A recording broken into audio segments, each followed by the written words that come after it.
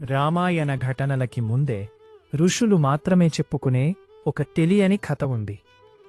శివుడు కైలాసంలో దీర్ఘ ధ్యానంలో ఉన్నాడు. ఒకరోజు ఆయన కళ్ళు తెరిచి భూమిని చూశాడు. అక్కడ యుద్ధాలు కాదు, కాని మనుషుల హృదయాల్లో సందేహం పెరుగుతోంది. అదే సమయంలో భూమిపై ఒక వానరబాలుడు ధ్యానం చేస్తూ కూర్చున్నాడు. అతడే హనుమంతుడు.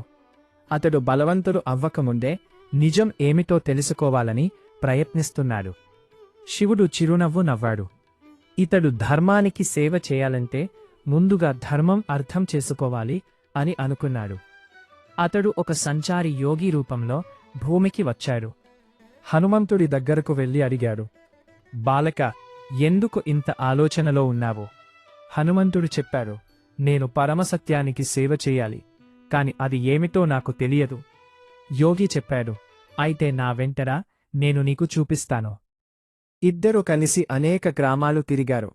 బాధపడుతున్న ప్రజలు, అహంకార రాజులు, ఒంటరిగా ఉన్న ఋషులను చూపిస్తూ యోగి ఒకే ప్రశ్న అడిగేవాడు, ఇక్కడ నువ్వు ఏమి చేస్తావు?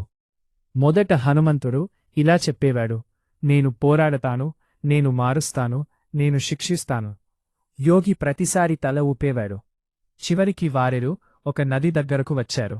అక్కడ ఒక వృద్ధ మహిళ నీళ్లు మోసుకోలేక ఇబ్బంది పడుతుంది. ఈసారి హనుమంతుడు ఏమీ ఆలోచించలేదు. ఆమెకు సహాయం చేశాడు. ఆమెతో ప్రేమగా మాట్లాడి సురక్షితంగా ఇంటికి చేరేలా చేశాడు. యోగి మౌనంగా చూశాడు. హనుమంతుడు ఆశ్చర్యంగా అడిగాడు, ఇప్పుడు ఎందుకు ఏమీ చెప్పడం లేదు? ఆ యోగి రూపం ప్రకాశించింది. నిజరూపంలో శివుడు ప్రత్యక్షమయ్యాడు. ఈసారి నువ్వు నీ శక్తిని చూపించడానికి కాదు, హృదయంతో పనిచేశావు అని శివుడు అన్నాడు. హనుమంతుడు నమస్కరించాడు. ఇదేనా ధర్మం?